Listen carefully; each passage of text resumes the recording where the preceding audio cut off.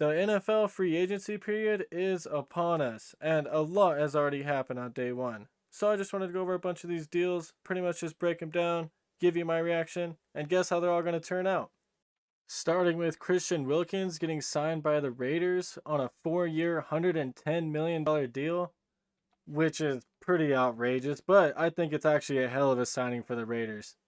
It's going to be scary seeing Christian Wilkins and Max Crosby on that line, man. I thought the Broncos were going to be able to break the Raiders' win streak that they have over them, but man, with this addition and with how much pieces the Broncos have lost, I don't think that streak's going to get broke this season. The Raiders actually seem to be doing stuff right for once, and it's kind of scary. Christian Wilkins is arguably coming off his best season where he had 9 sacks and 68 tackles, which isn't like too crazy, but for his position, it's actually pretty nice. And just the fact that he had 98 tackles in 2022 and 89 tackles in 2021, like this dude's a tackling machine. The Raiders already have a pretty decent defense, and adding Christian Wilkins to it, oh man, that's crazy. I don't like to see it as a Broncos fan, but I love to see it as a football fan. Good luck, Christian Wilkins, though. He's probably going to get like 10 sacks against the Broncos alone within that 4 year deal. But hopefully he helps a lot with stopping the Chiefs. That's all that really matters. If he sacks Mahomes, then it's worth it. The Vikings signed Jonathan Greenard to a 4 year, $76 million deal, which he's also coming off his best season. And I think that's actually going to be a pretty big loss for the Texans. I know the Texans still have Will Anderson, but losing a guy who got you 12 and a half sacks is tough. That really sucks. But I'm sure because since the Texans do have Will Anderson, whoever they put on the opposite side of him should be able to feast and hopefully make up a bit of his production. As for the Vikings, I feel like that means Danielle Hunter's for sure gone, which I think is a huge loss. It's hard to replace a guy like Danielle Hunter. Jonathan is younger and he has potential to get like 12 sacks again next year, but I don't know, man. I like the signing because the Vikings needed it, but I would have been a lot happier if Danielle Hunter stayed around. I mean, if he does stay around, it'd be great. There's no news on him yet, but I still think with this signing, he's for sure gone. Also, the Vikings just lost Kirk Cousins, who just signed with the Falcons. How wild is that? First of all. But anyway, with the Vikings not having a QB, it's not going to matter how good Jonathan is for them when they don't have a quarterback. It's tough when you don't have a quarterback. Speaking of Kirk Cousins, though, real quick, his deal with the Falcons is a 4 year deal worth 180 million with 100 million guaranteed. Hell yeah, Kirk, he deserves it. But man, I did not expect that at all. I kind of thought the Vikings were just going to bring back Kirk, but oh man, they did not. And what a season it's going to be next year. The Titans signed Tony Pollard to a 3 year, $24 million deal, which means King Henry's reign in Tennessee is over for sure. Going from Derrick Henry to Tony Pollard is a little odd, but I like Tony Pollard and think he went to the right place. He should be pretty productive for the Titans, who actually need all the help they could get at this point. Tony may not have lived up to expectations in Dallas, but he still put up back-to-back 1,000-yard seasons, so that's pretty good. I think Pollard's just going to put in work for the Titans. They're just another team that needs a quarterback, sadly. Whoever they get starting at quarterback, though, Tony Pollard's definitely going to help them out. I think it's a pretty solid signing. The Bills are bringing back Dion Dawkins for 3 more years, which is a great signing. The dude only allowed 1 sack in 2023. You can't let a guy like that walk, especially when you lose Mitch Morris, the center for the Bills. When you lose a guy like that, you gotta keep Dion Dawkins, man. If you were to lose both them guys in the same offseason, that line would have been horrible next year. So I'm just really glad Dion Dawkins is staying in Buffalo. The Raiders are bringing in Gardner Minshew on a 2 year contract, which I think is absolutely the right move for the Raiders. Gardner Minshew immediately becomes the best quarterback in that locker room. Especially what he did for the Colts last year. If he could do that for the Raiders, oh man, they're going to be kind of dangerous, and I'm scared. The Giants are replacing Saquon Barkley with Devin Singletary, which I think Devin's actually kind of a solid replacement. He could also help out in the receiving game, and he runs pretty hard, so I actually think that's a pretty solid signing for the Giants. It just sucks that they have to let Saquon Barkley go in the process of getting this guy. And what makes it even worse is that Saquon Barkley's going to the Eagles. I never in my life would have guessed Saquon Barkley would have ended up on the Eagles roster. Like, what a trip that is. I am sorry, Giants fans, about that. Having to play Saquon twice a year? Damn. If Saquon could stay healthy for the Eagles, he might drop 100 yards on both of those Giants games. I would not be surprised. The Packers are signing Xavier McKinney to a 4-year, $68 million deal, which it just makes sense because the Packers needed a safety, and Xavier's only 24 years old, so he still has a lot of good football ahead of him. And I'm sure he's just going to ball out for the Packers. That's a good spot for him to go. The Panthers are signing Robert Hunt to a 5-year deal worth $100 million, which, I mean, the Panthers need O-line help. Pay any amount of money for any amount of linemen. They need it. The freaking Panthers need help on that line, so you can't even be mad at them for paying a freaking top 10 guard in the league. Maybe if the Panthers protect Bryce Young, he'll have a hell of a year too. Another turn of events that I wanted to go over is that the Packers are signing Josh Jacobs. I did not expect that at all. I'm really glad that Josh is not on the Raiders anymore because he always torches the Broncos every time he plays them. So him being gone from the AFC West, really good for me. But I did not expect him to go to the Packers. I thought they were going to keep Aaron Jones. But nope, they released Aaron Jones and brought in Josh Jacobs. That's such a trip. I mean, it actually does make sense from a football standpoint because Josh Jacobs is 3 years younger, probably a little bit cheaper, and Aaron Jones has been dealing with a bit of injury lately, so it does make sense to let Aaron go and bring in Josh, but it's still just crazy.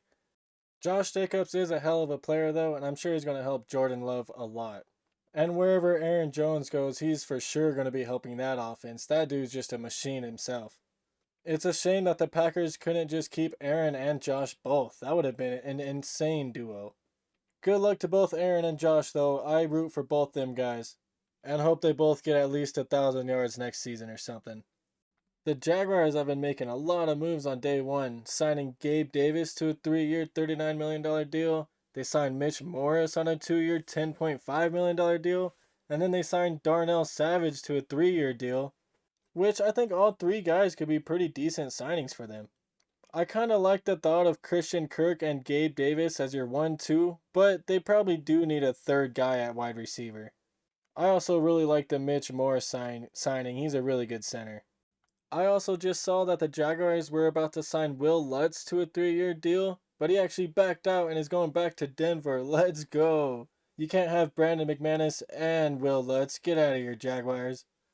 I actually really like the Bears signing of DeAndre Swift to a 3-year deal. I think he's going to be able to help Caleb Williams out a lot if they actually do draft him for sure, which everyone thinks they are going to draft him, so I think DeAndre Swift and DJ Moore are going to be a huge help to Caleb Williams.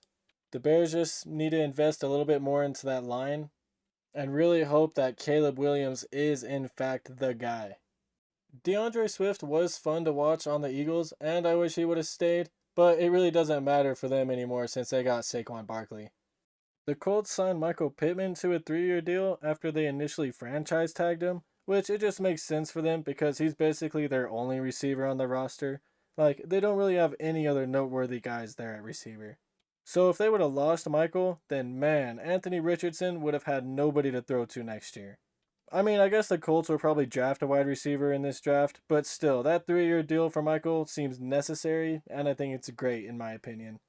The Eagles extended Landon Dickerson for 4 years, making him the highest paid guard in NFL history, passing Chris Lindstrom on the Falcons, I believe. Which this was the right move for the Eagles. You gotta keep your Pro Bowl guard around, especially after Jason Kelce retired.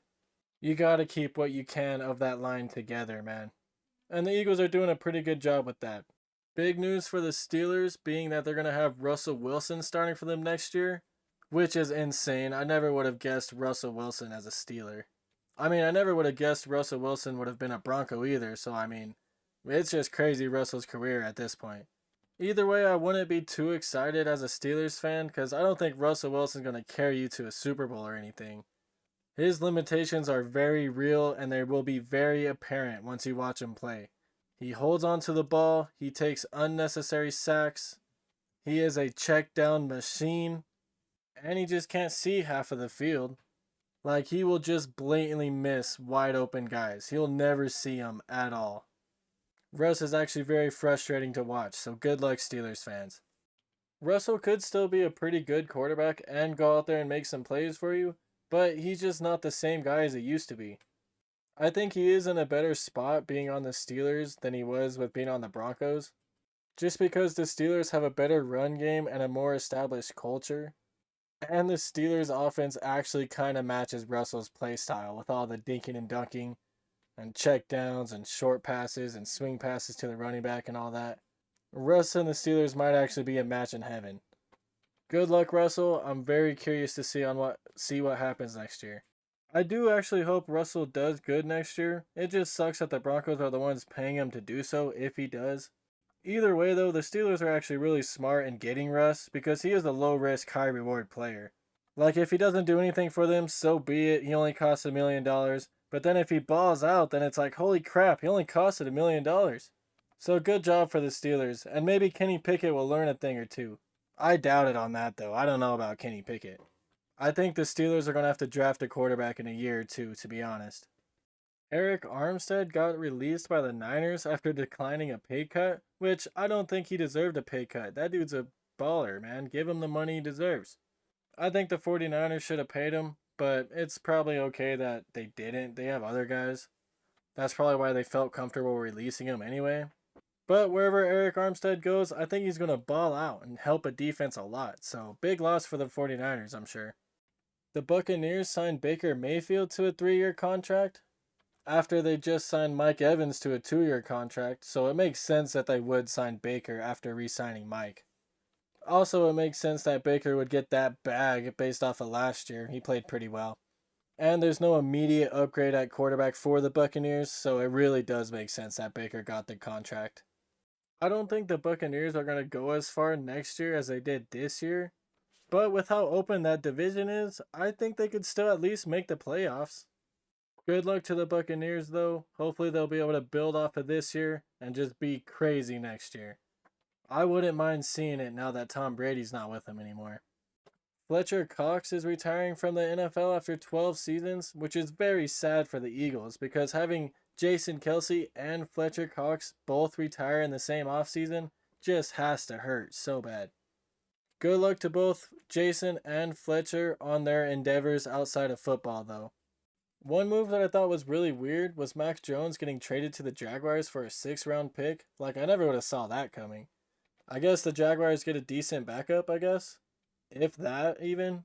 One move that really sucks to see as a Broncos fan is Chris Jones getting a 5-year, $158 million deal with the Chiefs. Like, come on. Couldn't the Chiefs have lost somebody?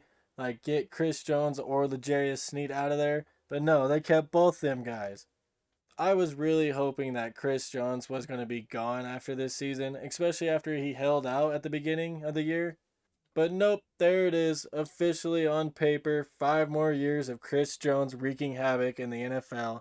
Now, are the Chiefs going to win the Super Bowl again next year? Are they going to three-peat the Super Bowl, man? It's really looking like it. Once they get some receivers, Chiefs are going to be so dangerous. Holy crap. And you can't even hate Chris Jones. Look at that smile, man. What a freaking good guy. Why does he got to be on the Chiefs?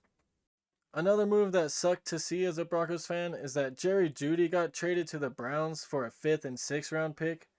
Of course, Jerry Jeudy's a former 1st round pick for the Broncos, who has not lived up to the hype. Early on, he's had drop issues, and then with Russell, he just never saw him. I swear, Russell just never saw Jerry Jeudy when he was open at all. Like, Jerry could get wide open, but Russell would not see him. Or Jerry Jeudy would get open when it was too late, and there was like no point in being open at that point. It felt like we saw glimpses of what Jerry Jeudy could be, but he just never was like that consistent number 1 receiving guy. Definitely did not live up to that 1st round pick for sure. I could see Jerry Jeudy getting 1,000 yards with the Browns though, if they know how to use him right, which the Broncos did not know how to use him right at all. Jerry just needs to stay healthy and just keep burning people's ankles, man. He will juke you out your shoes. And then drop the ball on a perfect pass. No, I'm just kidding. Jerry Jeudy's a pretty good player, who I think will actually help the Browns offense. Especially with him being another low-risk, high-reward player. A lot of players seem to do better once they leave the Broncos, so I actually will not be surprised if Jerry Jeudy gets 1,000 yards next year. He is going to a weird quarterback situation though, so who knows what's going to happen for Jerry Jeudy next year. I actually hope he balls out, and I'm just really glad the Broncos didn't trade Courtland Sutton. Like, Browns, you could have Jerry Jeudy, let us keep Courtland Sutton. That's fine with me. So the last piece of news I got here for you is that the Giants are trading for Brian Burns from the Panthers, and they gave him a 5-year, $150 million deal. How crazy. The Panthers did the old tag and trade, and the Giants are definitely going to benefit from having Brian Burns on that defense. Holy crap. Now, if the Giants had an actual quarterback and receivers, then they'd be fine. I'm hyped though that Brian Burns got that bag. He definitely deserves it. And I'm very curious to see what he's going to do for the Giants. Good luck, Brian Burns. Real quick, the Eagles are also signing Bryce Huff to a 3-year deal, which I think is just a great signing, especially with Fletcher Cox retiring. And I really like Bryce Huff as a player, so I'm excited to see him on that Eagles D-line. Thank you all for watching. I really appreciate it. It's already getting pretty crazy in the NFL, and I'm excited for next year. It's only day 1 of NFL free agency, and man, it's already been going down. If I missed anybody, expect them in another video. And yeah, just thanks again for watching. Really appreciate it. Don't forget to like and subscribe if you enjoyed. It really just helps out the channel. And yeah, stay tuned for more videos, more updates, more news. Thank you. Peace. I refresh the screen and see that Austin Ekeler signed a 2-year deal with the Commanders. That just seems very random to me. I would have never guessed that. That sucks for the Chargers losing a key piece in Austin Ekeler. But that's a huge gain for the Commanders. Good on them. What a wild signing by the Commanders. I just had to add that on to the end of this video. Thank you all again for watching. Peace.